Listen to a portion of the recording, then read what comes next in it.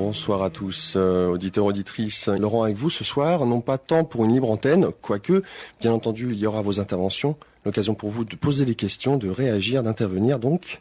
Et ce soir avec nous, quelqu'un que vous allez apprécier, qui était venu il y a de ça plus de 2 ans maintenant, Patrick Buran-Stenas. Bonsoir Patrick. Bonsoir à vous.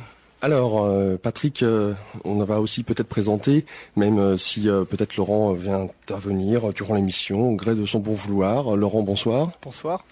Alors Patrick, pour ceux et celles qui ne te connaissent pas, plutôt que de te présenter, je vais te demander de donner l'image que tu as de toi-même. Qui es-tu, Patrick Buran-Stenas ? J'essaye d'être tout court déjà. Ça c'est déjà pas mal. Donc je pense que j'ai beaucoup paru et que j'ai essayé de faire une démarche pour être. Alors, je ne sais pas encore qui je suis, puisque je suis en chemin.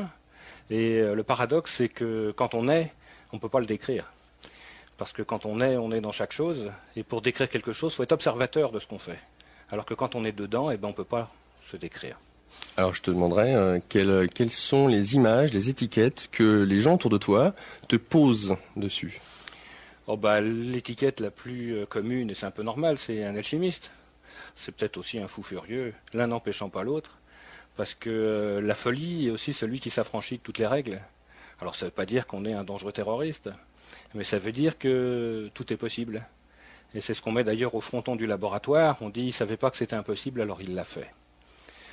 Donc j'ai cette image-là d'alchimiste et je la revendique, parce que c'est pour moi ma vie, je pense.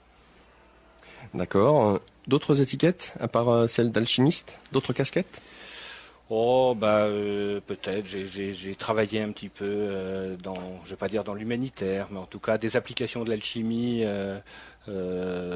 aux nutraceutiques, aux médicaments, expliquer à des gens avec les moyens du bord comment faire des produits thérapeutiques. Vision aussi de l'architecture sacrée, le lien, un peu aussi celui qui fait le lien entre le passé et le futur. C'est très présomptueux, c'est difficile de dire ça. Et c'est pour ça que je vous laisse parler de vous-même. C'est bien aimable. Oui, mais c'est une étiquette que j'aime bien, parce que même si on dit que le philosophe cherche la perfection du moment présent, donc vive le moment présent, ce qui fait pas l'ombre d'un doute, c'est celui qui fait le lien, le passage entre le passé et le futur peut-être. C'est-à-dire le lien entre une vision moderne de notre univers et une vision un peu romantique, un peu poétique. Alors c'est peut-être aussi une étiquette qu'on me donne. Je donne que les bonnes étiquettes qu'on me donne, forcément, je ne vais pas donner les insultes. Mais le côté poétique me fait plaisir aussi, c'est-à-dire quand on me dit oui mais ce que vous faites c'est pas sérieux, c'est de la poésie, ça me fait plaisir qu'on me dise ce genre de choses. Est-ce que vous avez aussi l'étiquette de physicien ? Non, j'essaye de plus coller à cette étiquette parce que je me suis écarté de ça. Alors je peux pour certains être le traître, c'est-à-dire celui qui s'est corrompu avec l'ennemi, c'est-à-dire avec une vision absolument magico-lyrique et absolument irrationnelle, quoique on sait très bien que la vision de la physique quantique est magique et irrationnelle. Enfin bon, je vais en faire bondir quelques-uns, mais c'est pas grave. Donc j'essaye aujourd'hui de me recentrer en disant je fais de l'alchimie. Voilà, et je me présente vraiment comme ça, même si quelques connaissances en physique m'aident bien pour expliquer des choses en tout cas que je ne pourrais pas expliquer autrement. D'un autre côté, le fait d'avoir, alors d'une part, être alchimiste, on devine peut-être le côté scientifique de celui qui se trouve derrière son creuset, en train de manipuler différents éléments chimiques, des différents éléments aussi bien qui sont représentés dans les différents royaumes, végétal, minéral, à différents stades. Donc on parle de l'eau, de l'état gazeux, de l'état solide. Donc il y a, on va dire, quand même quelqu'un qui est représenté de très terre à terre, qui va essayer de manipuler tous ces éléments. Pour en faire quoi, ça on va le voir au long de cette émission. Et il y a aussi le côté, à travers cette casquette que peut-être vous n'appréciez plus maintenant, de celui qui a étudié avec des microscopes peut-être. C'est un peu gros un microscope pour faire de la physique quantique, mais... Alors je ne sais pas, je n'ai pas les éléments qui permettent de voir à quel point on peut observer soit la particule, soit ses ondes vibratoires, je ne sais pas. En tout cas des objets bien pointus, j'imagine, dans le domaine. Donc là aussi, on va au cœur de la matière. Oui, je dirais que c'est le seul point commun, c'est-à-dire qu'on cherche effectivement l'ultime, c'est-à-dire, et c'est vraiment le point commun, C'est-à-dire le fameux lien, bon, les physiciens cherchent l'unification des forces, c'est-à-dire celle dont tout est né, et le métaphysicien la même chose, en disant il y a eu quelque chose de un, et de ce un est née notre création. Alors on va parler d'un Big Bang dans un cas, et puis dans un autre cas on va dire les dieux se sont agités, et leur agitation, leurs émotions ont créé notre univers. On pourrait dire que c'est des points de vue différents de la même chose. Alors tout de suite, je voudrais réagir en disant que l'alchimiste n'est pas un technicien devant son creuset. C'est-à-dire qu'il ne tient pas compte des métaux, des opérations chimiques, des réactions chimiques. Car faire une pierre philosophale est impossible. C'est-à-dire d'un point de vue physique, on ne sait pas encore ce que c'est. Bon, j'en ai déjà parlé lors de d'autres émissions, puis j'en parlerai peut-être ce soir. Mais la pierre philosophale n'existe pas dans notre réalité. On pourrait imaginer quelque chose qui est le point commun de chaque chose qui compose notre univers, une ouverture vers le centre, on parlera peut-être de ce que c'est, une fenêtre vers la lumière, il faudra s'entendre sur ce qu'est la lumière. Donc on voit tout de suite que même si on travaille dans un creuset, mais très rapidement on a des notions métaphysiques, qui ne sont plus des notions physiques. Et autant pour ce que vous avez dit tout à l'heure, il y a 4 éléments, il y a 3 règnes, mais pour l'alchimie, ce n'est pas vrai. C'est-à-dire qu'il n'y a qu'un seul élément à des états d'agitation différents. C'est-à-dire que si je prends de la terre et que je lui donne un peu d'agitation, ça devient de l'eau. Et si je prends de l'eau et que je lui donne un peu d'agitation, ça devient de l'air. Et si je prends de l'air et que je lui donne un peu d'agitation, ça devient du feu. Alors il faut s'entendre sur le terme. C'est-à-dire que si je prends de la terre et que je le chauffe, ça devient bien liquide. Donc pour l'alchimie, c'est de l'eau. Si cette terre liquide, je la réchauffe encore, elle devient gazeuse. Donc on voit bien que pour l'alchimie, il n'y a qu'un seul élément à des états d'agitation différentes. Oui, donc il y a cette notion tout de suite de cycle, ou alors de cercle, je dirais plutôt, qui apparaît. À savoir qu'à travers ces différentes manifestations, tout est uni. Ah oui, tout est uni, mais pas vers le cercle, justement, vers le centre. C'est-à-dire que notre création, notre univers, c'est un cercle. C'est-à-dire qu'enfer et enfermer, c'est le même mot. Vous savez que j'aime bien la langue des oiseaux, donc bien sûr, je vais en parler un peu ce soir. Et que l'idée, c'est de sortir de ce cercle, justement. C'est la matière, on peut dire que c'est de la lumière qui tourne en boucle, qui est enfermée sur elle-même. Et l'idée, c'est de la libérer. Et pour la libérer, il faut ouvrir le cercle. Et à ce moment-là, la matière devient autre chose. Elle n'est plus matière, c'est-à-dire qu'on ne peut pas trouver ce qu'on appelle la lumière en conservant la matière. C'est comme celui qui dit, on en parlait en préambule, lors de la présentation, en parlant d'unité, en parlant d'amour, en parlant de vérité, ce qui pour moi est la même chose, on ne peut pas le décrire. Parce que tout ça, c'est des perceptions de l'unité. Et par définition, l'unité étant un, et quand on est dedans, on ne peut pas être observateur, donc on ne peut pas le décrire. On le vit, quand vous vivez des moments d'unité, où vous êtes dans un lieu et que tout est à sa place, vous aussi, pour le décrire, vous êtes obligé d'en sortir. Mais tant que vous êtes dedans, c'est impossible de le décrire. Et ça, c'est ce qui se produit pour tous les artistes. C'est d'ailleurs pour ça que l'alchimie s'appelle le grand art, et pas la grande méthode ni la grande technique. Et le grand œuvre, grand art, grand œuvre, c'est pareil? Oui, c'est-à-dire que le grand art conduit au grand œuvre. D'accord. On peut dire, je ne vais pas dire que c'est une méthode, parce que ce n'en est pas une. Mais en tout cas, c'est une orientation, et on va voir que l'orientation est vraiment importante, ce n'est pas un terme que j'utilise au hasard, qui va conduire justement à ce point immobile. Et pour aller sur ce point immobile, ça ne peut être qu'un artiste. Et tous les artistes, quand ils sont dans ce qu'ils font, d'ailleurs ils le disent, je suis dans ce que je fais, ils ne peuvent pas le décrire. Vous êtes un cuisinier, vous êtes en train de faire la cuisine, vous êtes vraiment dedans, et il y a quelqu'un qui vient vous voir en vous demandant « mais qu'est-ce que vous faites ?» Vous êtes obligé d'arrêter, d'analyser ce que vous faites et de lui expliquer. Donc, l'alchimie, ça va être la même chose, c'est-à-dire qu'il y a plusieurs choses dans les alchimistes. Il y a ceux qui font un laboratoire, il y a ceux qui font de l'alchimie, puis il y a les alchimistes. C'est pas les mêmes. On va étudier tout ça. C'est autant de vous dire, auditeurs, auditrices, une nuit qui va être riche à travers ce petit préambule. J'aimerais qu'on puisse accueillir Laurent ce soir. Bonsoir. Laurent, bonsoir. Est-ce que toi-même tu pourrais te présenter? Quelles sont tes casquettes? Ah, mes casquettes. Ouais, les étiquettes qu'on te met ou que tu te mets. Donc les étiquettes que je me mets, je suis tout d'abord un cherchant qui a trouvé avec l'alchimie quelque chose à trouver, ou en tout cas à chercher. J'ai 30 ans, je me posais plutôt pas mal de questions sur le monde qui nous entourait, et je pense que l'alchimie peut donner quelques clés pour comprendre un peu le monde dans lequel on est.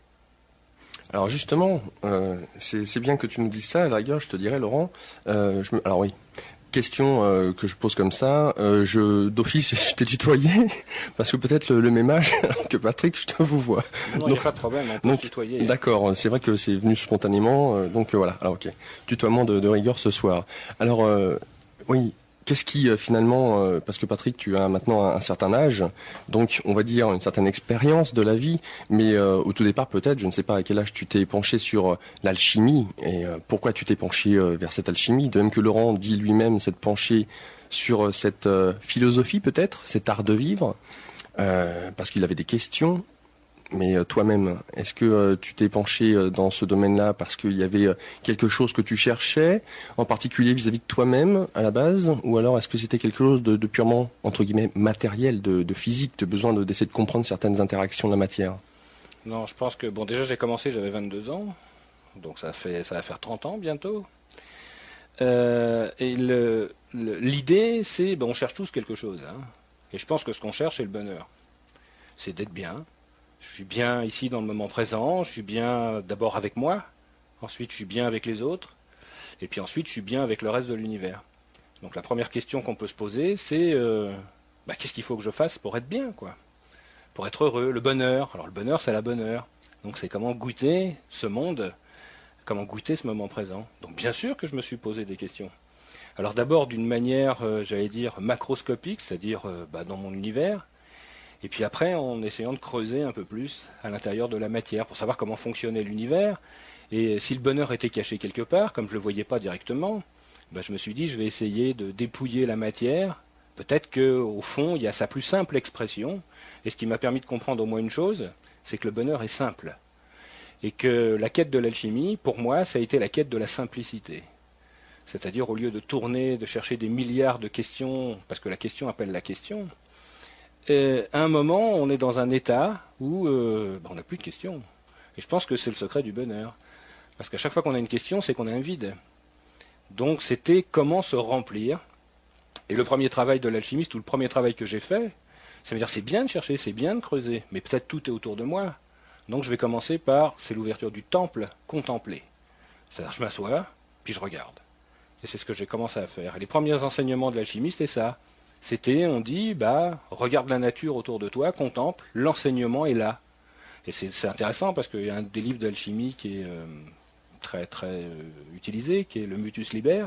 C'est un livre muet, c'est-à-dire qu'il n'y a rien d'écrit dessus, il n'y a que des images. Et il faut percer le secret, j'y reviendrai, c'est bien le terme, il faut percevoir. On dit percer et vous verrez, c'est ça, persévérer. Alors après on peut se poser la question de savoir, mais il faut que je perce quoi ? Il faut que je perce le mystère, justement, et peut-être que le mystère est l'apparence des choses. Et si je prends le temps de me poser, c'est vraiment le cas.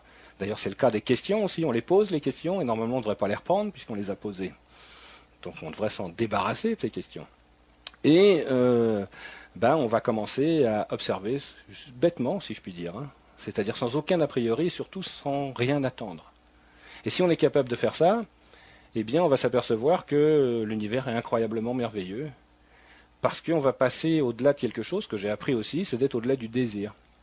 Alors attention, ça ne veut pas dire que à partir de ce moment-là, je me suis habillé en blanc, je me suis laissé pousser les ailes et je me suis dit je vais manger que des sauterelles. Et puis je vais vivre d'une manière ascétique, ce qui n'est pas le cas, rassurez-vous. Mais par contre, je me suis dit, eh bien, si je désire rien mais que je prends tout ce qui passe, ça va être une bonne chose. Par contre, je dois être capable de le lâcher quand ça me dépasse. Donc on est attaché à rien, mais on est heureux à chaque seconde de vivre dans ce monde. Alors il y a quand même quelque chose d'assez atypique. Je ne sais pas si tu nous dis ça à l'heure actuelle avec tes 30 années d'expérience, en tout cas tes 20 bonnes années d'expérience, ou alors si tu nous le dis en fonction de l'état d'esprit du moment où tu l'as vécu. Ce que j'ai par là, c'est que cette recherche à travers la matière, d'après tes propos, j'entends qu'il y avait une quête entre guillemets spirituelle, une quête de qu'est-ce que je fais là, pourquoi l'univers existe, qu'est-ce qui m'entoure, pourquoi est-ce que l'être humain aurait une conscience, pourquoi aurait-il des choix à faire, ou alors est-ce que c'était purement une approche, je dirais peut-être synthétique de la matière. Comment est formé le monde? Est-ce qu'à travers peut-être l'alchimie, je peux y découvrir quelque chose d'unique qui relie tout ce que je peux voir autour de moi? Alors pour moi, c'est indissociable. C'est-à-dire qu'il n'y a pas une notion philosophique de l'univers et une notion matérielle. C'est la même chose. on ne peut pas chercher l'unité en commençant à dissocier, en disant il y a l'esprit et il y a la matière. Non. C'est la continuité des deux. Alors peut-être que nos moyens de perception nous obligent à faire cette dichotomie. Mais l'idée, c'est de dire, bah oui, il y a une unité, il y a quelque chose. D'ailleurs, l'alchimiste travaille dans un laboratoire, moitié labor et moitié oratoire. Donc ça veut dire qu'il travaille moitié la matière et moitié dans l'esprit, et que l'un est indissociable de l'autre. Donc c'est sûr que dans un premier temps, je m'intéressais à ça, à une vision métaphysique de l'univers, mais d'un côté romantique, en disant, bah, le monde est comme ça, mais il y a peut-être quelque chose derrière, mais j'y croyais pas vraiment. Et puis en faisant des expériences matérielles, parce que je suis issu d'un milieu matériel, et donc il faut partir des choses qu'on connaît. Je ne peux pas tout de suite partir dans une voie purement spirituelle alors que j'ai aucune expérience de ça. Donc j'ai commencé à travailler sur la matière, et la matière m'a ouvert l'esprit. C'est-à-dire qu'en creusant à l'intérieur de la matière, j'ai constaté des choses qui ne s'expliquent pas, que je ne m'expliquais pas en tout cas moi. Et par conséquent, je n'ai eu de cesse que de dire, bah, derrière cette matière, il y a quelque chose d'autre, quelque chose d'impalpable, mais c'est sans doute cet impalpable qui est dans chaque chose. Alors pour moi, la matière a été le tremplin, la fenêtre qui m'a ouvert vers l'esprit. Mais sans cette fenêtre, j'aurais jamais atteint l'esprit. Donc oui, je suis parti de la matière, mais mon but, c'était pas du tout d'une manière rationnelle, de dire, voilà, cette matière, je veux savoir exactement comment elle fonctionne. Là, la physique suffit. Mais par contre, de dire que la matière se comporte des fois d'une manière atypique, est-ce qu'elle a une conscience? Et nous, on en a bien une. Je sais pas, moi, je vois la Terre, par exemple, notre corps ayant 40 milliards de cellules, on a bien une conscience. Qu'est-ce qui s'oppose au fait que la Terre n'en est pas une? Moi, je trouve pas plus étrange qu'un esprit s'incarne dans de la carne que dans un caillou, un arbre, ou un peu d'eau, ou un peu de feu. Pourquoi pas? Ça nous paraît incroyable que ça soit ailleurs que dans notre propre corps. Mais notre corps n'est jamais qu'une colonie d'animaux, donc finalement, qui servent de réceptacle à un esprit particulier. Donc à partir de ce moment-là, on peut se dire, si c'est vrai pour mon corps, rien ne s'oppose au fait que ce ne soit pas vrai pour tout ce qui est autour de moi. Et là, après, se pose la question de la conscience.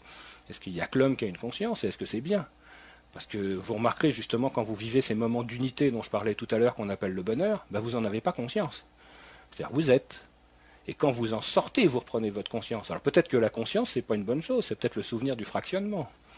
J'ai la conscience que j'existe en tant qu'individu, donc j'existe pas en tant que le tout. Alors après, on peut se poser la question de se dire, oui, mais alors quand j'aurai trouvé l'unité, est-ce que j'aurai toujours une conscience? On ne peut trouver l'unité que si on perd l'individualité, mais est-ce qu'on est prêt à ça? Nous, on veut tous aller dans des mondes plus subtils, on veut tous remplir l'univers, mais à condition de continuer à penser comme nous. Mais je pense que c'est assez peu probable. Autant dire que quelque part c'est très complexe. Alors, est-ce que justement à 22 ans, lorsque tu as commencé à faire cette démarche, on entend, enfin moi je l'entends, d'avoir effectivement, soit parce qu'à l'époque il n'y avait pas Internet, il n'y avait pas toutes les données concernant la chimie que l'on peut avoir à l'heure actuelle, est-ce qu'il y avait cette notion de maître et d'initié, de disciple? Ou alors est-ce que toi-même, il y avait personne autour de toi qui pouvait t'initier à ce langage, et tu as dû toi-même chercher par vraiment pure passion, peut-être dans des bibliothèques, des livres concernant donc ce domaine, cet art, pour pouvoir commencer à pratiquer?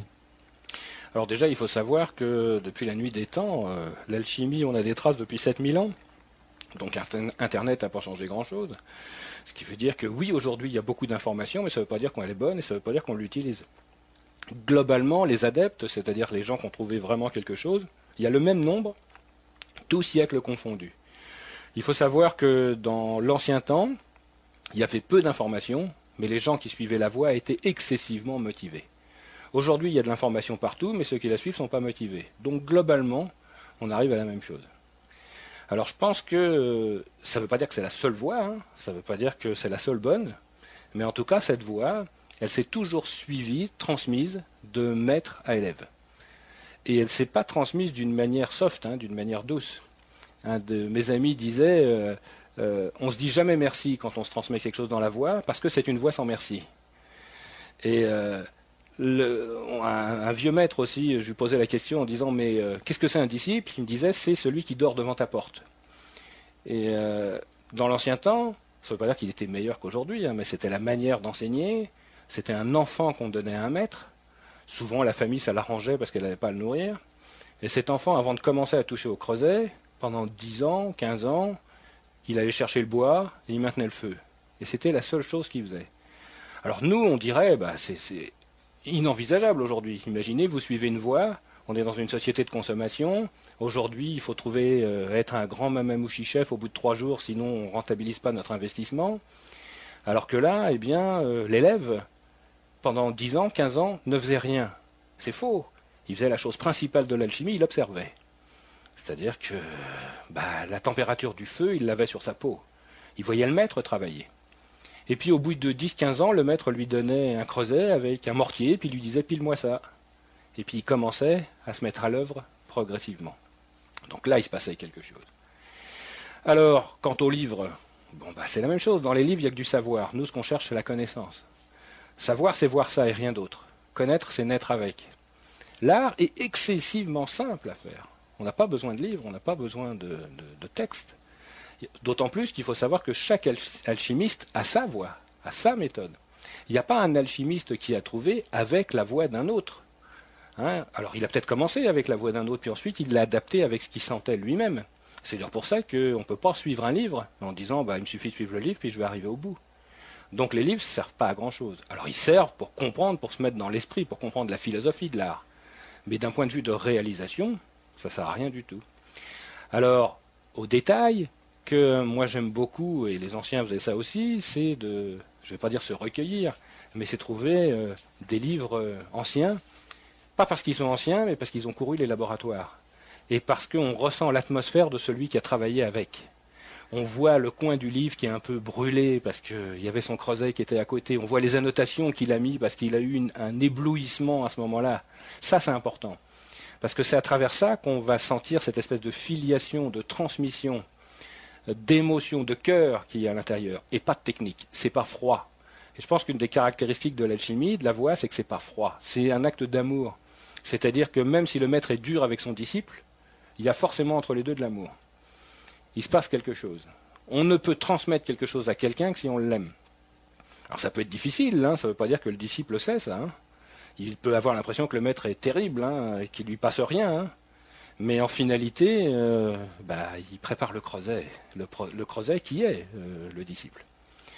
Donc le fait qu'il y ait beaucoup d'informations aujourd'hui ne change rien. On est dans une civilisation, aujourd'hui, on n'a jamais tant communiqué, mais où on se voit de moins en moins. C'est-à-dire que oui, l'information transite, mais le cœur à l'intérieur de ça, il est quasiment inexistant. Bientôt, on restera chez nous, et puis toutes les communications qu'on aura avec les autres, ça sera à travers des filtres divers et multiples, comme Internet, vidéoconférences et autres. Mais l'alchimie ne se produira jamais comme ça. Ça sera toujours d'homme à homme, ou d'homme à femme, parce que l'alchimie n'a jamais été fermée à personne. Alors ça sous-entend donc qu'à 22 ans, vous avez rencontré quelqu'un, ou je ne sais pas qui rencontre qui d'ailleurs, et qu'il vous a initié d'une certaine manière, non ? Non. Alors ça ne s'est pas passé comme ça. Je vais dire, j'aurais aimé que ça se passe comme ça, j'en sais rien. Peut-être j'aurais détesté, peut-être j'aurais pas supporté, peut-être aujourd'hui je ne ferais pas d'alchimie. Ça s'est trouvé que j'avais vu des choses impossibles, d'un point de vue mécanique, physique. Et ces choses impossibles, je me suis dit, il doit y avoir quelque chose. Alors j'ai cherché dans le domaine scientifique, et puis après, je suis tombé par hasard sur un vieux livre de Jolivet-Castelot, qui s'appelle L'âme de la matière, et qui disait, voilà, il y a quelque chose d'impalpable, associé à la matière. Bon, c'est 1894, donc c'est avant la relativité, donc avant l'idée même que Einstein démontre la relativité. Et donc il dit, il y a quelque chose d'impalpable associé à la matière, sur laquelle on a une action et qui donne une réaction. Et il parlait d'alchimie. Alors j'ai regardé ce livre et je me suis dit, mais qu'est-ce que c'est que ce fatras de superstition ? Sauf que il y avait des expériences à faire. Et donc je me suis dit, pour démontrer que c'était faux, du haut de mes certitudes, donc je me suis dit, finalement on pourrait dire que j'ai commencé l'alchimie par défaut, plus que par quête. Et puis j'ai été pris à mon propre jeu, parce que quand j'ai vu qu'il se passait un certain nombre de choses que je ne m'expliquais pas, là j'avais 2 hypothèses. La première, c'est de dire c'est dangereux, ça n'existe pas, je ne veux pas savoir ce que c'est. Et la deuxième, c'est de dire il y a quelque chose, mais quoi ? Alors c'est la deuxième hypothèse, malgré moi, qui s'est passée. C'est-à-dire que j'aurais pu parfaitement mettre ça de côté, sauf que c'était quelque part au fin fond de mon esprit, puis que ça gratouillait, et puis que j'ai pas pu l'oublier.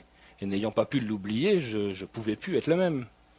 Et toute ma vie, j'aurais eu des regrets de dire, et si cette expérience avait marché? Donc je me suis dit, je vais le faire. Donc je l'ai fait, et puis après, j'ai été embarqué là-dedans. J'ai commencé à appliquer un certain nombre de choses. Il s'est passé un certain nombre de choses. Et puis des années plus tard, quand j'ai trouvé un certain nombre de choses, j'ai rencontré effectivement des gens. Mais c'est un peu normal, parce que quand on partage les mêmes passions, on se retrouve au même endroit. Puis on sait bien qu'il n'y a pas de hasard, mais qu'il y a que des causes inconnues. Et puis après, mais une fois que j'ai trouvé, oui, j'ai rencontré des gens qui m'ont transmis un certain nombre de choses. Au début, j'ai rencontré des gens qui faisaient de l'alchimie, mais pas des alchimistes. C'est-à-dire que quand j'ai commencé à trouver un certain nombre de choses, je suis allé voir des alchimistes. Vous parliez d'Internet tout à l'heure ou de réseaux d'information. C'était facile. Aujourd'hui, on tape alchimie, on a 2 millions de réponses. Donc de trouver des gens éminents et en leur disant, regardez ce que j'ai trouvé, expliquez-moi. Et à ce moment-là, les gens me disaient, mais qu'est-ce que tu as trouvé? Explique-moi. Mais moi, je dis, j'en sais rien. J'ai trouvé ça comme ça. C'est vous qui devez m'expliquer, puisque vous avez suivi une voie. Et voyant que les gens n'avaient pas de réponse, je me suis dit, je vais travailler tout seul, puisque de toute façon, ils n'ont pas de réponse. Et donc, j'ai trouvé une voie mixte. Vous savez, peut-être pas, ou vous savez qu'il y a 3 voies en alchimie, la voie sèche, la voie humide et la voie royale. Donc moi, j'ai fait un mélange de voie sèche et de voie humide, et je suis arrivé à un certain nombre de choses. Et quand je suis arrivé à un certain nombre de choses, alors après, j'ai rencontré, des maîtres alchimistes, dont un qui m'a transmis la voie traditionnelle. Alors celle dont je ne parlerai pas ce soir, forcément, parce que là, c'est une transmission. C'est-à-dire que moi, je ne peux donner que ce que j'ai trouvé moi-même, c'est moi qui décide. Par contre, quand on m'a transmis quelque chose, je suis tenu à cette transmission. Et par conséquent, je ne peux donner les choses que comme je les ai reçues. D'accord. Alors, il serait effectivement peut-être bon, après ce préambule, de la manière dont vous avez abordé l'alchimie, de nous dire qu'est-ce que c'est que finalement l'alchimie, qu'est-ce que la recherche de ce grand œuvre dont on parle. Vous disiez tout à l'heure qu'il y a 3 sortes, entre guillemets, d'alchimistes. Donc, qui sont-ils? Comment les différencie-t-on? Disons qu'il n'y a pas 3 sortes d'alchimistes, c'est-à-dire qu'il y a un alchimiste. L'alchimiste, c'est celui qui voue sa vie à l'alchimie, c'est-à-dire que c'est sa voie. Et à travers ça, ça le remplit de bonheur. Il ne cherche pas ni le pouvoir, ni la fortune, ni l'immortalité, mais il cherche juste le bonheur. Alors après, il y a des gens qui cherchent des réponses à leur vie de tous les jours. Et ils les cherchent avec leur méthode. C'est-à-dire que moi, j'ai des méthodes techniques, et j'applique la technique à l'alchimie. Mais à ce moment-là, ce n'est pas de l'alchimie, c'est de la technique. J'ai juste mis un costume d'alchimiste. Mais en réalité, je continue à faire de la technique, j'analyse mes produits, je pèse, je mesure, mais ce n'est pas de l'alchimie, ça. Et puis après, il y a les gens qui, c'est un peu comme les châteaux en Espagne, qui disent l'alchimie, ça doit être bien quand même. Et c'est un peu comme quand on était petit et quand on était sur le plus haut des plongeoires, on disait j'y vais pas. On avait envie d'y aller parce que ça devait faire des sensations, mais on avait peur d'y aller. Donc il y a des gens qui bâtissent leur laboratoire, ils passent leur vie à bâtir leur laboratoire parce qu'il manque toujours quelque chose pour faire. Et leur but finalement, c'est pas de faire de l'alchimie, c'est d'avoir un lieu un peu extraordinaire dans lequel ils vont pouvoir s'échapper par exemple de leur quotidien. Mais il faut savoir que l'alchimie, en tout cas pour moi, on n'a pas une casquette de « je suis monsieur tout le monde » et « je suis alchimiste ». Non, on respire en alchimiste, on vit en alchimiste, on dort en alchimiste, on mange en alchimiste. Alors c'est pour ça qu'on en parlait un petit peu tout à l'heure, où ça touche une philosophie quand même, c'est une manière d'être, c'est une manière de vivre, c'est une manière de voir le monde. Et on ne peut pas s'en départir. Alors qu'autrement, on ne fait qu'adapter son quotidien à l'alchimie. Donc je ne considère, c'est très présomptueux de ma part, mais je vais le dire quand même, que les alchimistes, c'est-à-dire c'est ceux qui suivent cette voie, bien sûr opérative, c'est-à-dire qu'on fait des choses, mais avec une vision forcément spirituelle, métaphysique derrière. On n'essaye pas de reproduire des expériences chimiques au sein de l'alchimie. Sinon, on va faire des produits particuliers, on va faire des choses un peu étonnantes, mais ce n'est pas de l'alchimie, ça. C'est seulement des applications particulières. L'alchimie, c'est une voie philosophique. C'est-à-dire, c'est une voie de transformation de l'homme à travers la matière qu'il travaille. Et non pas une voie unique de transformation de la matière pour montrer qu'on a trouvé quelque chose d'extraordinaire. Alors, par rapport à ce dernier propos, cette dernière phrase, en quoi est-ce important que ça soit l'homme qui agisse sur la matière, et pourquoi ce ne serait pas la matière qui agisse sur l'homme? Alors il est évident qu'il y a une interaction, c'est-à-dire qu'on agit sur l'expérience, mais l'expérience agit sur celui qui le fait. D'ailleurs, c'est le seul intérêt. Le principe fondamental, on peut dire que l'alchimiste, c'est un mauvais mystique. C'est-à-dire que le but du jeu, on va dire, ça va être de trouver la lumière. On pourrait se poser la question de savoir ce qu'est la lumière. D'ailleurs, on pourrait y répondre tout de suite, comme ça je vais être débarrassé avec ça. Allez-y. Alors, ce qu'on appelle la vraie lumière, entre guillemets, bien sûr, c'est pas la lumière solaire ni la lumière électrique. D'ailleurs, il y a une phrase qui est dite, on voit dans la création, en hébreu, il y a l'arbre des séphirotes qui représente un des modes de la création, et à l'extérieur, il y a quelque chose qui est écrit, le Ein Sof Aur. Et on se pose la question de ce que c'est. On dit souvent, c'est l'extérieur, c'est l'unité, c'est l'éternité. Pas du tout. Ein, ça veut dire négation. Sof, ça veut dire forme. Et Aur, ça veut dire lumière. Donc ça veut dire textuellement, la lumière est la non-forme. Donc tout ce qui a une forme n'est pas lumière. Donc on peut dire que le but du jeu, c'est de perdre la forme pour trouver la lumière. On pourrait avoir une autre démonstration, c'est que, imaginons un photophore, une lampe, c'est-à-dire une bougie, entourée de plaques de verre. Et pour un observateur de l'extérieur, on va s'apercevoir que chaque plaque de verre semble avoir de la lumière. Alors on pourrait imaginer que chaque expérimentateur, c'est ça, on a une plaque de verre plus ou moins opaque. Et le but du jeu, c'est de rendre cette plaque de plus en plus transparente pour voir la lumière dans son éclat. Alors déjà, il y a une considération intéressante, c'est que la lumière, il n'y en a qu'une. Nous, on imagine chacun en avoir une, mais c'est pas vrai, on est juste une fenêtre ouverte vers cette lumière. Et la deuxième considération aussi qui va être intéressante, c'est que si je veux voir la lumière dans toute sa clarté, il va falloir que même la plaque de verre disparaisse. Donc on peut dire que l'ultime, pour être cette lumière, c'est de perdre la forme. Donc le but de l'alchimie, ou de l'alchimiste, c'est d'être capable de perdre sa forme, sa structure même, pour être la lumière. Les deux sont incompatibles. Quand on voit dans la création, on dit il y a eu un début, il y a une fin. On aurait pu dire, le premier jour de la création, il sépara la lumière des ténèbres. D'ailleurs, vous remarquerez que la lumière est au singulier et que les ténèbres sont multiples. Donc on peut dire que la lumière est quelque chose qui rassemble, alors que ce qu'on appelle les ténèbres, c'est quelque chose qui fractionne.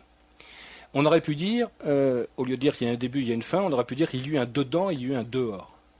Et on peut dire qu'on ne trouve l'unité que quand il n'y a plus de différence entre le dedans et le dehors.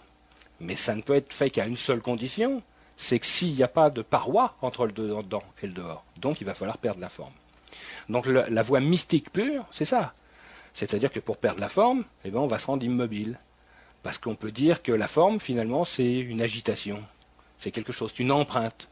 Et donc, par conséquent, pour perdre cette forme, il va falloir qu'on trouve notre immobilité. Alors, c'est la méditation, par exemple. La méditation n'est qu'une manière d'être immobile. Sauf que, c'est pas parce que mon corps est immobile qu'à l'intérieur, c'est pas la fête. Les cellules continuent à se reproduire, le sang circule, l'influx nerveux va dans tous les sens, donc on n'est pas immobile. Donc il va falloir trouver un moyen de se rendre vraiment immobile, ce qui sera un phénomène de stase cette fois, c'est-à-dire que tout s'arrête, c'est-à-dire que le temps change. Et là, un mystique est capable de faire ça. Un alchimiste, en tout cas moi, incapable. Donc j'ai été obligé de prendre un biais de matière. Et le but, si on peut dire, c'est de perdre son agitation, parce que ce qui m'empêche d'être immobile, c'est mon agitation. Pour nous humains, on appelle ça les émotions. Si moi je ne suis pas capable de perdre mes émotions, je vais essayer de les mettre à l'intérieur de mon creuset. Et les mettant à l'intérieur de mon creuset, quand le métal va bouillir, va chanter, d'abord il va éliminer les siennes, parce que ce n'est pas parce que c'est un métal qu'il n'a pas d'émotion. Et puis une fois qu'il aura éliminé son agitation, la mienne va pouvoir passer à l'intérieur. Et donc on va utiliser la matière, cette fois, donc moi expérimentateur en faisant l'expérience, cette expérience va me rendre immobile, moi. Et donc, il n'y a pas de différence entre l'expérimentateur et l'expérience, c'est un nouveau couple, une nouvelle entité, expérimentateur-expérience, et ce qui se passe chez l'un se passe chez l'autre. Oui, vous voulez dire que, pour reprendre la métaphore de l'artiste tout à l'heure, qui est dans ce qu'il fait, il est son œuvre, il est son pinceau, il est sa main qui dirige, il est la toile qu'il regarde, il est là non plus dans cette agitation, si je comprends bien. Alors, il est dans cette lumière, il y a cette interaction avec l'objet et lui-même, le spectateur et l'objet observé. Alors il y a deux types d'artistes. Il faut savoir que, faut remonter un petit peu. Je prends comme préacquis que les gens savent un peu ce que c'est que l'alchimie et quel est un peu mon propos. Mais sans être redondant, la création et l'agitation de l'immobile. C'est-à-dire qu'on peut imaginer, soit d'un point de vue physique ou métaphysique, un espèce de lac immobile, et pour une raison qu'on ignore, quelqu'un jette un pavé dans la mare. Me demandez pas qui. Et évidemment, quand on jette un pavé dans la mare, il y a une agitation qui se crée, une onde. Quand vous jetez un caillou dans l'eau, on voit bien cette onde. Et dès l'instant qu'il y a onde, il y a différence. Et s'il y a différence, il y a création. Donc la création et l'agitation de l'immobile. Donc si je veux retourner à l'unité, il faut bien sûr que je perde mon agitation. Donc c'est le but de chaque chose de notre univers. Toutes les choses qui existent dans notre univers n'ont qu'un seul but, c'est perdre leur agitation pour retrouver leur immobilité. Nous, humains, c'est perdre nos émotions pour trouver notre immobilité. Ce qui n'est pas de l'amour. Émo, c'est le sang, émotion. Amour, c'est l'âme, c'est autre chose. Et d'ailleurs, l'amour nous rend immobiles. Quand vous êtes avec quelqu'un dans un état amoureux, vous n'avez rien à lui dire et vous êtes immobile. On dit que les amoureux sont seuls au monde. Les gens se regardent et forcément vous n'avez rien à lui dire parce que vous faites un avec lui. Quand on a quelque chose à dire à quelqu'un, c'est qu'on fait deux. Mais quand vous faites un, vous n'avez rien à lui dire. Alors nos artistes, il y a deux types d'artistes. Leur but aussi, c'est d'éliminer leur agitation. D'ailleurs, je connais peu d'artistes qui soient calmes, qui n'ont pas d'émotion en tout cas. Donc on va dire qu'il y a des artistes qui trouvent ce biais pour éliminer leurs émotions à l'intérieur de leur toile, par exemple, ou de leur sculpture. Un artiste va avoir plein d'émotions, et puis il va se dire « Ah, je jette ça tel quel sur la toile. » Et quand vous allez voir ça, vous allez faire « Ah, quelle horreur! Qu'est-ce qu'il était énervé, qu'est-ce qu'il était écorché !» Si vous dites ça, c'est qu'il a réussi son coup. C'est-à-dire qu'il vient d'éliminer ses émotions, et vous venez de les prendre. Mais pour moi, ça, c'est la première étape de l'art. Et d'ailleurs, quand l'artiste aura fini de faire ça, il va dire « Ah, je suis vidé maintenant. » Ça veut dire qu'il s'est bien débarrassé de quelque chose. Il y a des artistes qui n'ont pas le choix. Ils sont obligés d'écrire, ils sont obligés de peindre. Ils ne peuvent pas vivre sans parce qu'ils ont besoin d'éliminer quelque chose. Et après, il y a l'artiste avec un grand A. Ça ne veut pas dire que ce n'est pas le même processus, mais ce qui sort de son art, c'est quelque chose qui nous rend immobiles. C'est une fenêtre ouverte sur l'éternité, sur l'immobilité. Et quand vous regardez cette œuvre d'art, vous avez la mâchoire qui tombe et vous devenez immobile. Donc, pendant un moment, vous avez été touché par cette immobilité. Pour moi, ça, c'est le grand art. Et donc, on peut dire que l'alchimiste, c'est ça. C'est à ça qu'il tend. Même si au début, c'est un artiste, entre guillemets, vulgaire, c'est-à-dire qu'il va avoir des colères, ça ne va pas marcher comme il veut, il va se brûler avec son creuset, et ainsi de suite. Et à un moment, il va y avoir des moments de grâce, des moments d'immobilité, où il va faire un accord parfait entre ce que lui il fait et sa matière. Alors l'idée, c'est que ça dure. Dans un premier temps, ce ne sont que quelques bulles d'unité. Et puis en finalité, si on est capable de le faire tout le temps, on peut dire qu'on n'appartient plus à ce monde. Parce que le monde reste agité et nous devenons immobiles. Alors tout à l'heure justement, vous parliez que l'être humain doit perdre son agitation, donc ces fameuses émotions dont vous parliez. Vous nous disiez aussi que la pierre a elle-même cette agitation. Si je suis votre propos, on peut dire qu'elle a d'office cette agitation du fait qu'elle soit matière. Mais alors comment faire en sorte de lui faire perdre cette agitation ? Parce que c'est la matière. Oui, mais c'est une bonne question. D'ailleurs, tout l'art est là. C'est-à-dire qu'on va prendre un métal, effectivement, qui lui va être ce qu'il est. On a des métaux calmes, des métaux coléreux, des métaux qui ont peur. C'est un peu, on va dire, ça y est, c'est de l'anthropomorphisme. Non, mais il n'y a pas de raison qu'il y ait des métaux qui n'aient pas une énergie différente. Donc le but du jeu, effectivement, on va utiliser le processus alchimique pour calmer la matière. Donc c'est pour ça qu'on va commencer par le premier œuvre, et le premier œuvre est la décomposition. C'est-à-dire qu'on va ouvrir la matière, on va la rendre plastique. Et quand on va la rendre plastique, ce qui est pris à l'intérieur va pouvoir se libérer. Quand vous dites plastique, vous voulez dire malléable ? Voilà, malléable, liquide, par exemple. Alors soit par la voie sèche ou la voie humide. C'est-à-dire qu'il va falloir, j'oserais dire, trouver une solution. Il faut s'entendre sur le terme. Un problème dans notre vie, on peut dire que c'est un caillou qui empêche de passer l'information. Et donc trouver une solution, c'est dissoudre ce caillou. Et pour la matière, notre matière première, pour le grand œuvre, ça va être la même chose. Donc j'ai deux manières de mettre un métal en solution. La première, je le chauffe, et il devient liquide. La deuxième, je le décompose en mettant un acide dessus, par exemple. Donc on va bien avoir une voie humide, où je ne chauffe pas, et une voie sèche, par contre, où ça va être du feu. Mais ça va arriver à la même chose. Je vais décomposer la matière, je vais la rendre plastique. Et la rendant plastique, tout ce qui va être agité va pouvoir se libérer. Donc à moi, alchimiste, de m'arranger pour que ça se libère. Et puis une fois que tout va être libéré ou pas, alors soit je suis très bon et j'ai réussi à tout libérer d'un coup et ma matière devient parfaitement immobile, et là j'ai réussi en premier coup la pierre, soit il y a seulement des petits morceaux qui deviennent immobiles, c'est possible. À ce moment-là, il faudra que je reprenne les petits morceaux immobiles et que je les réassemble. Et ça sera le deuxième œuvre, l'œuvre au blanc. On va rassembler la matière purifiée, c'est-à-dire non agitée. Et une fois que la matière elle est purifiée et non agitée, alors la lumière, c'est-à-dire la vraie lumière dont je parlais tout à l'heure, va pouvoir passer à travers. Et en passant à travers, la matière devient rouge et c'est le troisième œuvre. Donc l'œuvre noire, la décomposition de la matière, on appelle ça le corbeau aussi. Alors pourquoi ? Parce que quand on décompose la matière, elle se volatilise. Et comme ça devient noir, un volatile noir, c'est un corbeau.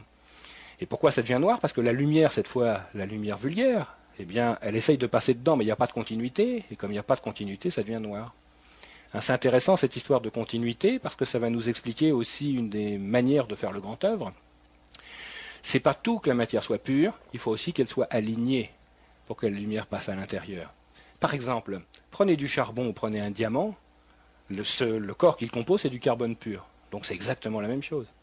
Donc on pourrait se poser la question de savoir pourquoi il y en a un qui est mou et noir, et que l'autre est le corps le plus dur de notre univers et le plus transparent. Et bien parce qu'il y en a un qui est chaotique et l'autre qui est aligné. Donc peut-être que si ça marche pour la lumière visible, ça marche peut-être pour la lumière invisible, pour la vraie lumière. Et c'est peut-être ça le sens du droit chemin. Peut-être que le droit chemin, c'est pas seulement une valeur morale. C'est peut-être aussi une manière de se rectifier, c'est bien le terme qu'on va utiliser, se rendre droit, pour que la lumière puisse rentrer à l'intérieur d'un corps.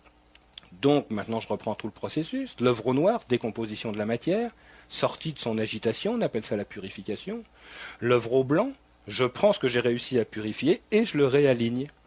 Et si je réussis à le réaligner, alors il n'y a plus de résistance au passage de la lumière passe dedans, ça devient rouge et c'est la pierre philosophale.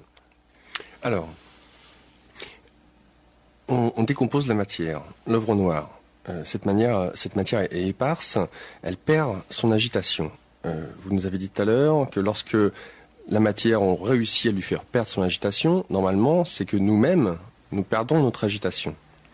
Donc, je ne sais pas qui interagit sur qui, peut-être que les deux interagissent mutuellement, de l'observateur, de celui qui utilise la matière, et de la matière sur l'observateur, mais est-ce à dire que, ne serait-ce que dans l'œuvre noire, que ce soit par la voie sèche ou la voie humide, est-ce à dire que intérieurement, déjà, il se passe quelque chose où on perd notre agitation, ou d'une certaine manière, on laisse déjà filtrer cette lumière, on débouche quelque chose en nous? Alors c'est-à-dire qu'il faut savoir que quand on commence à faire de l'alchimie, on n'a pas la moindre idée de ce qui va se passer. On ne sait absolument pas ce qui va se passer. On attend quelque chose, on attend un résultat. Alors soit parce que j'ai des livres et puis il y a certaines étapes et je dois les observer, donc j'attends quelque chose. En attendant quelque chose, je ne peux pas me réaligner moi, puisque j'attends quelque chose, j'ai un désir. Vous êtes agité. On est forcément agité, parce que si ça ne se passe pas comme ce que j'attendais, ça va m'énerver. Et si ça se passe bien, je vais être excité en faisant ça. Donc c'est une curieuse voie aussi. On peut suivre cette voie que si on ne sait pas ce qu'on cherche. Parce que si on sait ce qu'on cherche, au mieux on trouvera ce qu'on cherche.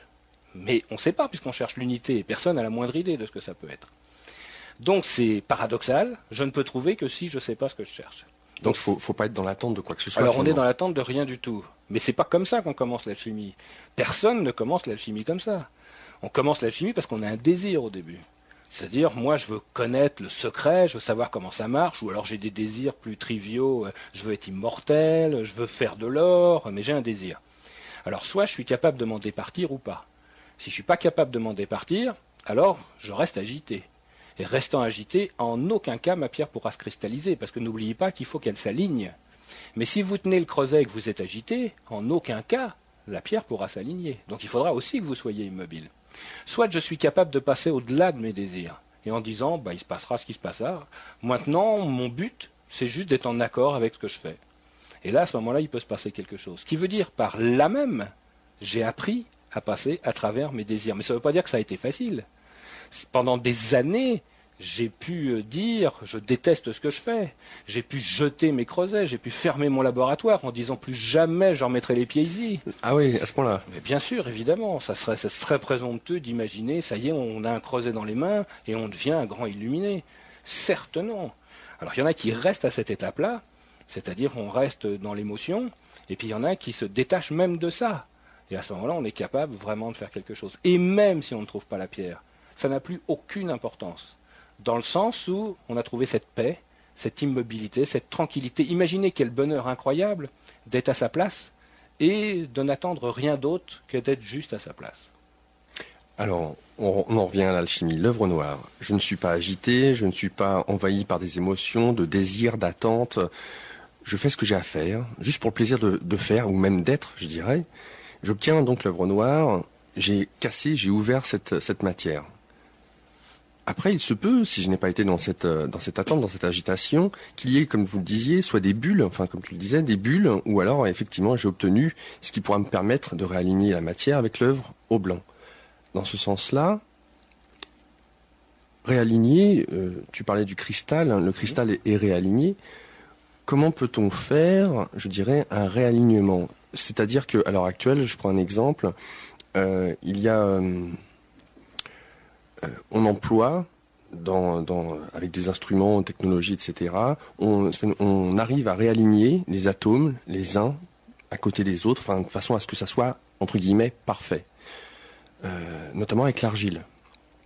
Alors, dans ce sens-là, comment est-ce que on fait pour réaligner cette fameuse matière dans l'œuvre au blanc? Comment peut-on, en manipulant ce qu'on manipule, faire en sorte que les atomes, parce qu'on ne peut pas, d'une certaine manière, à moins que, réaligner, ça paraît... Oui, alors comment fait-on? Techniquement, ça paraît très compliqué. C'est pour ça qu'en aucun cas on utilise une technique et on ne sait pas ce qu'on fait. En aucun cas on se dit je vais réaligner des atomes, mais on a quand même une piste. Si on va dire les atomes, mais ce n'est pas des atomes, on n'en sait rien, c'est des cristaux qui vont se réaligner. On a une piste, c'est que d'un point de vue physique, quand une énergie passe à l'intérieur d'un corps, si ce corps fait résistance, c'est parce que la matière qui est à l'intérieur est agitée.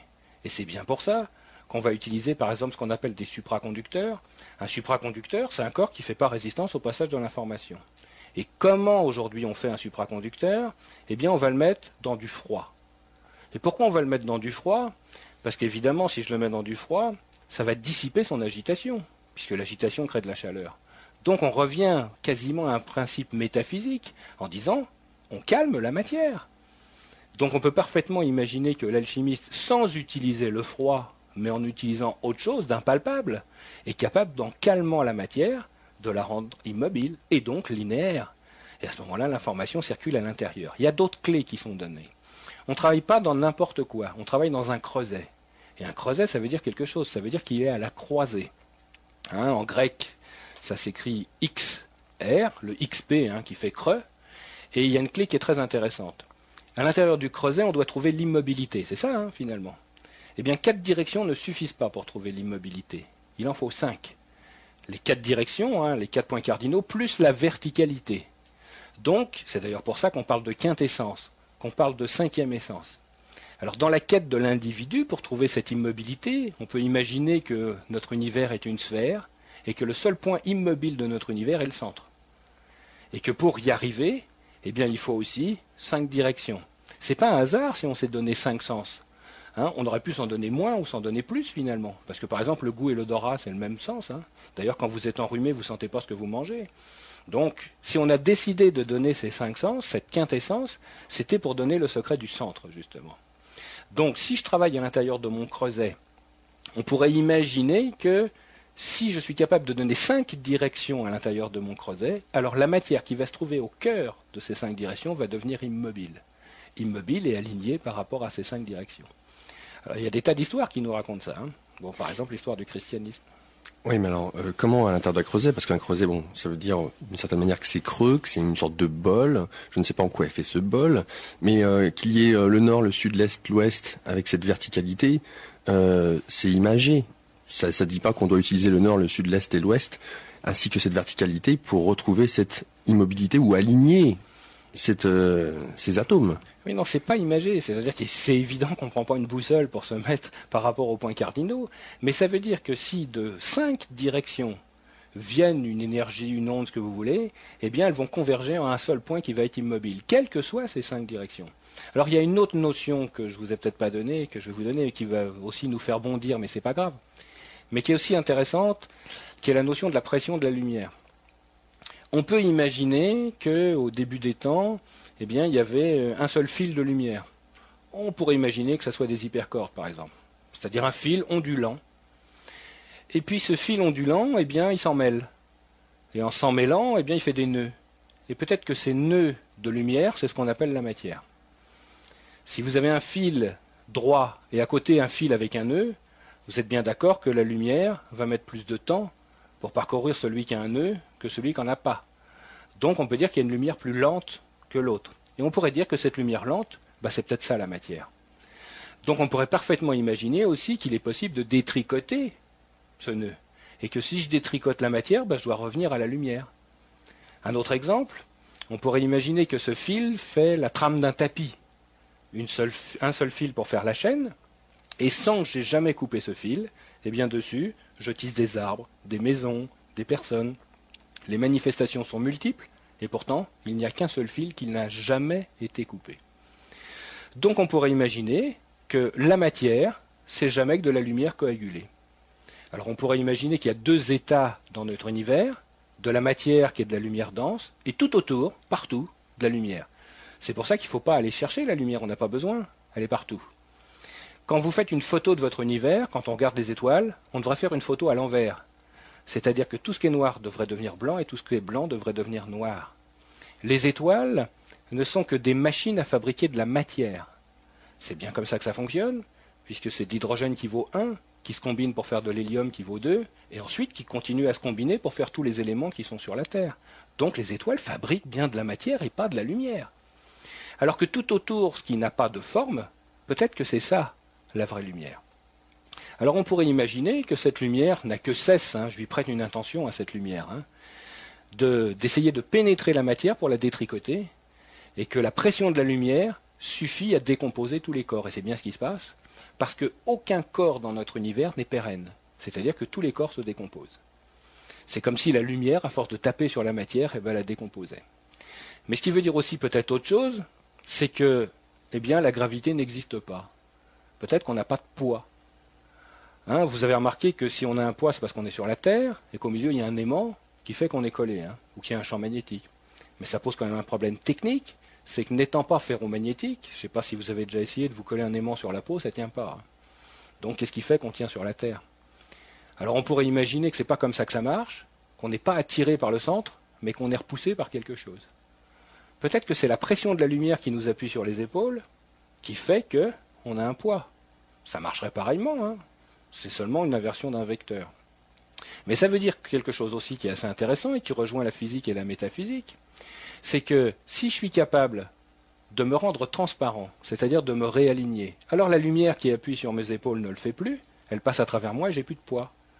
Donc évidemment, ce serait très intéressant parce que je pourrais par exemple marcher sur l'eau puisque j'aurais plus de poids. Ou je pourrais léviter par exemple. Léviter, c'est pas créer une force qui va contrebalancer la gravité, mais ça empêcher que la lumière m'appuie sur les épaules. Donc on pourrait imaginer parfaitement ça. Bon, mais ça sous-entendrait qu'on devienne transparent. Ou alors, tout à fait. Mais alors transparent physiquement ou transparent d'une manière subtile? C'est-à-dire qu'on s'aligne, c'est-à-dire qu'on ne fait plus résistance au passage de cette lumière. Évidemment, alors physiquement, qu'est-ce qui va se passer? Est-ce qu'on ne fait pas aussi résistance au passage de la lumière visible? À ce moment-là, c'est sûr que je deviens transparent. Alors peut-être que c'est ce qu'on appelle le corps de gloire chez certains mystiques, où on a l'impression que le corps devient flou et qu'on voit une lumière qui est émise par ce corps, et on dit par exemple on ne peut pas le toucher, ce corps. Il y a une autre expérience qui est faite. Par exemple, on a des soufis qui tournent autour d'une pierre. La pierre, elle pèse 15 tonnes, ils sont 10. Et elle se soulève. Et puis ils mettent un doigt dessous et ils soulèvent la pierre. On ne peut pas imaginer qu'avec leurs doigts, ils aient fait une force capable de contrebalancer 15 tonnes. Non, ils ont rendu la pierre transparente à la pression de la lumière. En dansant autour. Alors, en se mettant en accord autour. Et peut-être que le secret, il est là.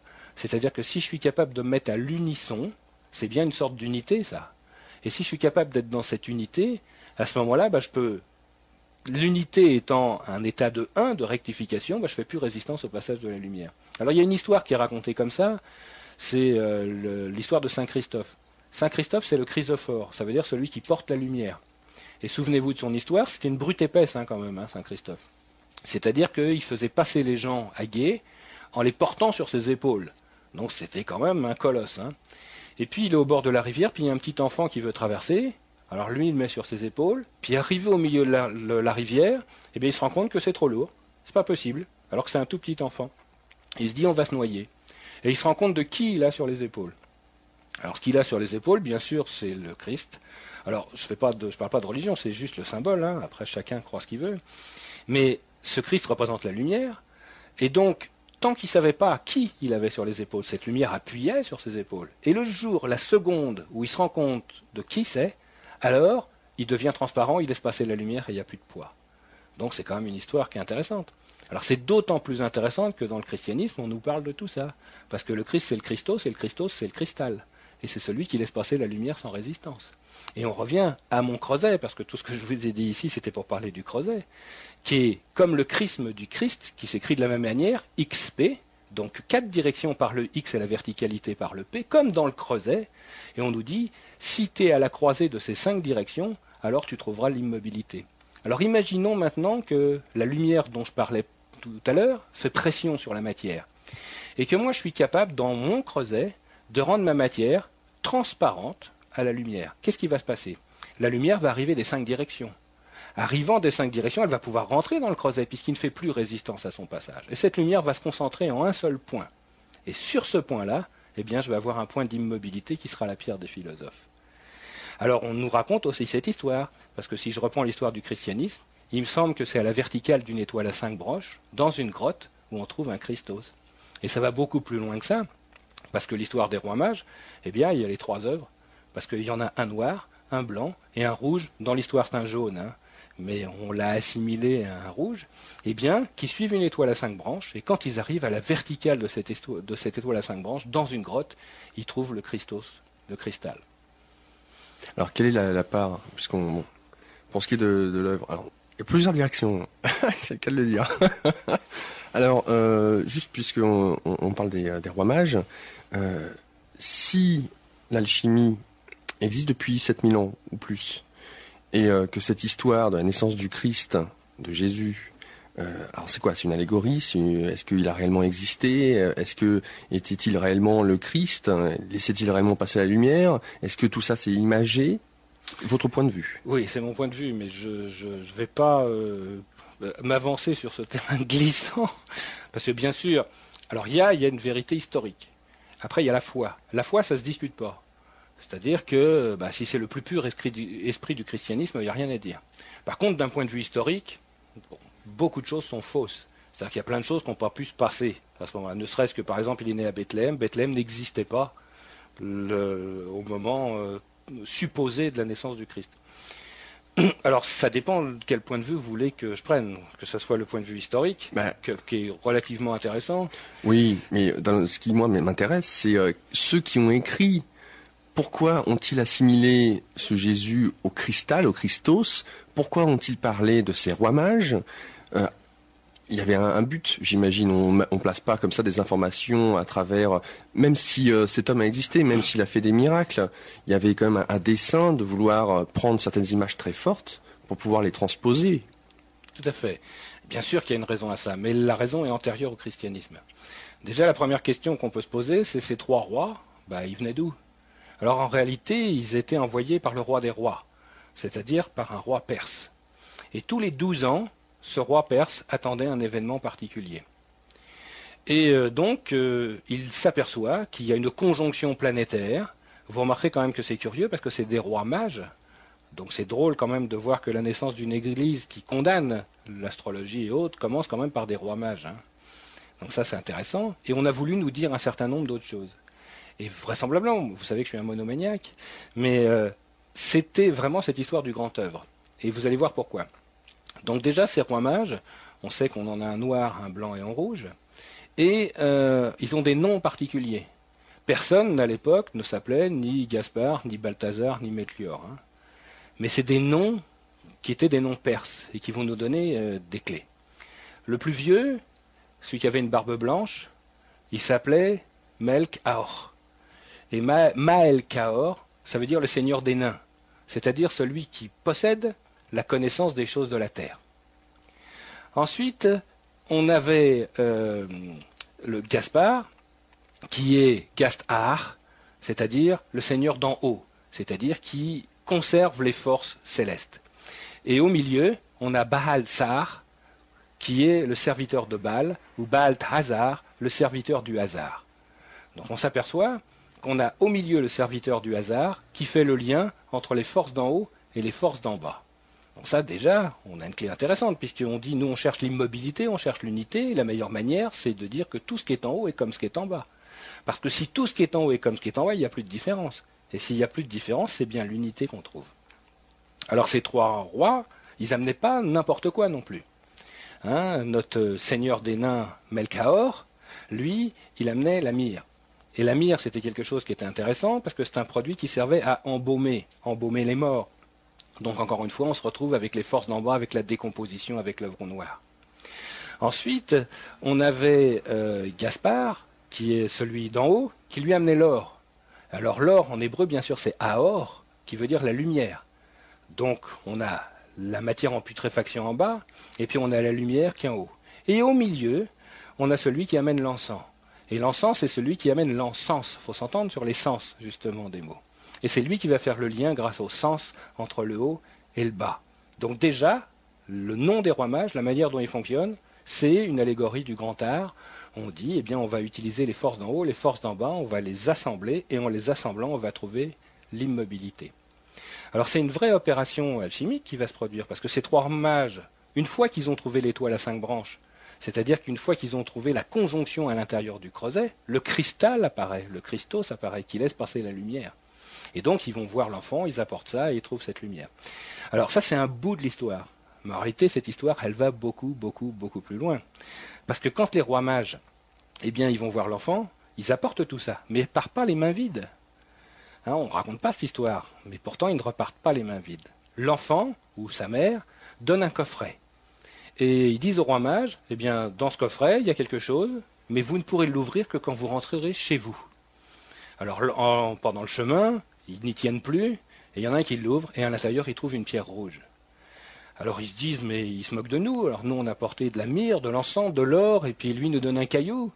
Alors il passe à côté d'un puits, et il prend cette pierre, et il la jette à l'intérieur du puits. Et là, il y a des flammes qui sortent du puits. Donc là, on voit le travail du creuset, hein. On voit ce qui se passe à l'intérieur. Par le feu, hein, on a purifié la matière. Alors ils essayent de récupérer la pierre, mais c'est trop tard, c'est fini, ils ne peuvent pas. Alors ce qu'ils font, eh ben, ils récupèrent le feu. Et ce feu, ils le ramènent dans la ville perse d'où ils venaient.